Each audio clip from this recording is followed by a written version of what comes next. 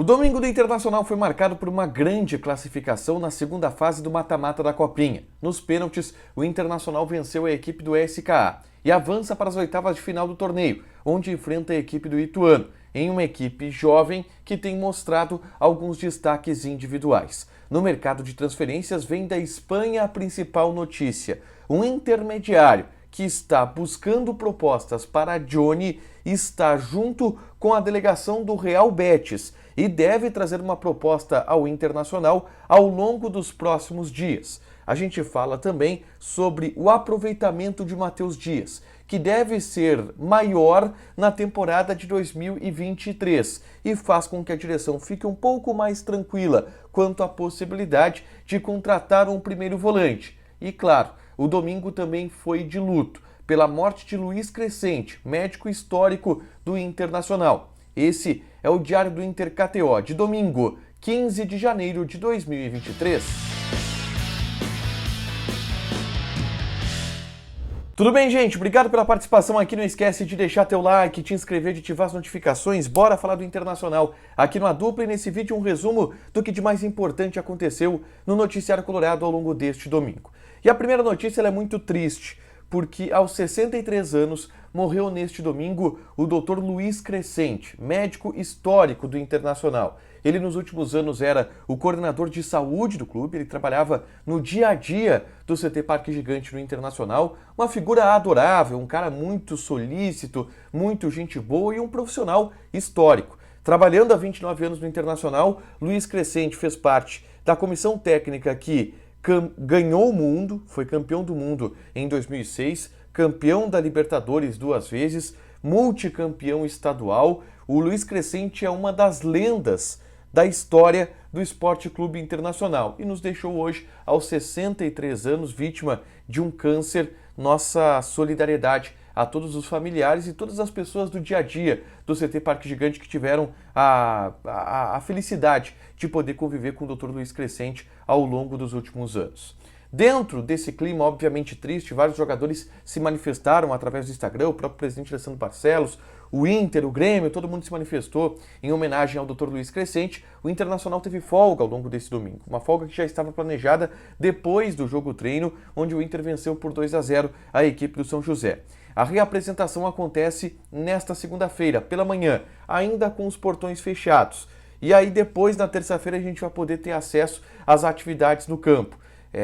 Trabalhos diários, pensando na estreia contra a equipe do Juventude, estreia do Campeonato Gaúcho, no sábado, às 7 horas da noite, no estádio Beira-Rio.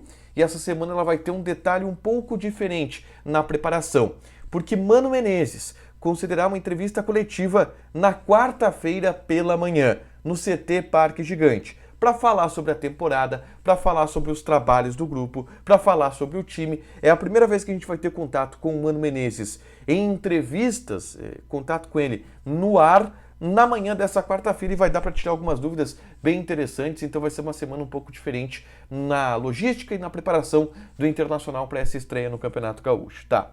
Na tarde desse domingo, eu publiquei aqui um vídeo falando sobre Matheus Dias, volante que foi titular e jogou durante toda a atividade do jogo treino no último sábado contra a equipe do São José e que tem perspectivas boas de utilização ao longo do ano de 2023. Não se descarta que o Matheus Dias possa ser titular ao longo do ano. O próprio empresário do jogador deu um toque nele. Cara, não renova o contrato agora, não pede um aumento agora, espera para jogar 2 ou 3 jogos, porque tu vai arrebentar, vai ser titular e vai conseguir um salário maior ainda. E esse é um dos planos do staff do jogador, o que faz com que o Inter tenha um pouco mais de tranquilidade para contratar um primeiro volante. O Mano Menezes dá muita atenção ao Matheus Dias. E eu contei esses bastidores aqui, é só clicar para assistir e saber um pouco mais sobre essa que está surgindo como a grande promessa, a grande joia do elenco colorado para os próximos anos, tá? Mas, se eu falo de Matheus Dias, eu tenho que falar de Johnny. O Johnny não participou do jogo treino no último sábado porque teve bolhas nos pés. E se levantou a possibilidade do Johnny ter ficado de fora por uma proposta da Europa, porque está esquentando o nome dele novamente no Betis da Espanha. Mas eu explico tudo que eu colhi em relação a isso, tá? Primeiro, o Johnny teve bolhas no pé, tá? Ele de fato, e a gente viu o Johnny no Beira-Rio, no momento do jogo treino, caminhando de chinelo, com curativo no pé, em função da bolha, tá? E sim, existe uma situação esquentando para o Johnny no futebol espanhol, e eu explico. Eu já disse há alguns dias que o staff do Johnny trouxe um intermediário do futebol europeu que possa buscar propostas, porque o Johnny e o staff do jogador sabem que o objetivo do Internacional é que ele seja bem vendido ao longo de 2023. O Inter tem uma meta de mais de 130 milhões de reais para arrecadar em venda de jogadores e por isso conta com uma venda do Johnny. E esse intermediário, que é o Stefano Castanha, que foi, por exemplo, o responsável por buscar uma proposta da Rússia pelo Bruno Fuchs, tá? Foi ele quem intermediou esta negociação. O Stefano Castanha está buscando essas propostas para o Johnny. E o Stefano Castanha está em Sevilha, na Espanha, e está junto com a delegação do Betis, ou está muito próximo e acompanhando o dia a dia do Betis. É por causa do Johnny? Pode ser, mas não é só isso. O que a gente apurou é que o Stefano Castanha está por lá porque o Luiz Henrique, atacante do Betis, é do Stefano Castanha. Então ele está lá acompanhando esse momento do jogador que está arrebentando, inclusive, no futebol espanhol. Mas já avisou ao staff do Johnny que o Betis tem interesse no Johnny e que nas conversas com os dirigentes do clube espanhol pode aparecer nos próximos dias uma proposta. Eu disse há alguns dias que o staff do jogador tinha a ideia de que aparecesse alguma coisa ao longo dessa semana. Não foi ao longo dessa semana, não apareceu. Mas talvez ao longo da próxima o Betis apareça com uma proposta. O que eu ouvi de dirigente do Internacional em relação a isso? O Johnny já recebeu propostas, mas propostas com valores irrisórios. Na casa, por exemplo, de 2,5 milhões de euros, que o Inter nem senta para conversar. O Inter quer na casa de 8 milhões de euros para vender o Johnny. Jogador, aliás, que o Inter possui 100% dos direitos econômicos. Então, para vender o Johnny, para comprar o Johnny, na verdade, algum clube europeu, precisa abrir a mão. E o Stefano Castanha está na Europa buscando uma proposta deste porte pelo Johnny. Se ele não for vendido agora, hoje o Inter trabalha com a ideia de vender o Johnny e também o Maurício, que são os maiores potenciais de venda do elenco no momento, na metade do ano. É isso que a direção tem trabalhado ao longo dos últimos dias e tem conjecturado, pelo menos, tá? Pode aparecer alguma proposta agora? Pode, mas não é a tendência. Eu quero fechar falando sobre Copinha, tá?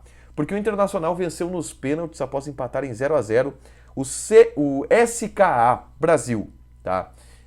Clube de empresários e tal. E passou para as oitavas de final da Copa São Paulo de Futebol Júnior, onde enfrenta na terça-feira a equipe do Ituano, tá? Primeiro, uma ponderação que tem que ser feita aqui. O time do Inter é um time que não é sub-20, tá? Por mais que a competição ela seja sub-20, o time do Inter é um time, cara, quase sub-18, porque a maioria dos jogadores são 2004, tem 18 anos de idade. No jogo de hoje, por exemplo, contra o CSKA, entrou um guri de 15 anos de idade em uma competição sub-20. 15 anos de idade, ele nasceu em 2007, tá? Que é o Gabriel, um meia atacante, bom de bola o guri, tá? Bom de bola o guri, o Gabriel, só 15 anos. Então é um elenco muito jovem do Internacional e que está conseguindo os seus avanços. O destaque, sem dúvida nenhuma, desse jogo contra o SKA foi o João Vitor, goleiro que a gente vê treinar frequentemente no CT Parque Gigante, é o goleiro titular da Copinha agora do time sub-20 e pegou muitas penalidades. Eu perdi a conta porque a disputa de pênaltis foi indo, e ele pegou muitos pênaltis e foi o herói da partida e da classificação para o Internacional, que agora na terça-feira encara a equipe do Ituano. Mas também existem outros bons nomes. O Lipe, o próprio Mateu, filho do Amoroso, é um guri que está tendo destaque na Copinha. O Vinícius Souza, centroavante, tem 3 gols ao longo da competição. O Rangel, para mim, tem sido o grande destaque do time, lateral esquerdo. Guri inteligente, joga bem, faz a mesma função ali do René, um cara interessante. Então, o time do Inter agora vai para as oitavas de final da Copa São Paulo de Futebol Júnior. Para fechar, gente, vamos falar de KTO. A gente teve ao longo desse domingo jogos importantes, como, por exemplo, o clássico de Londres, né? Tottenham e Arsenal. A gente teve também o clássico da Espanha, o superclássico, Barcelona e Real Madrid. Mas eu quero convidar vocês a participarem da Copinha, jogos da Copinha. Por exemplo, a gente vai ter nessa segunda-feira Mirassol e Palmeiras. Odd do Palmeiras 1.3 empate 5.3 e odd do Mirassol 7.5. Joga lá na KTO, te registra, coloca o cupom A Dupla que tu ganha 20% de bônus em cima do teu primeiro depósito. Deixa teu like, te inscreve, ativa as notificações que vai ter mais conteúdo aqui no canal. Beijo!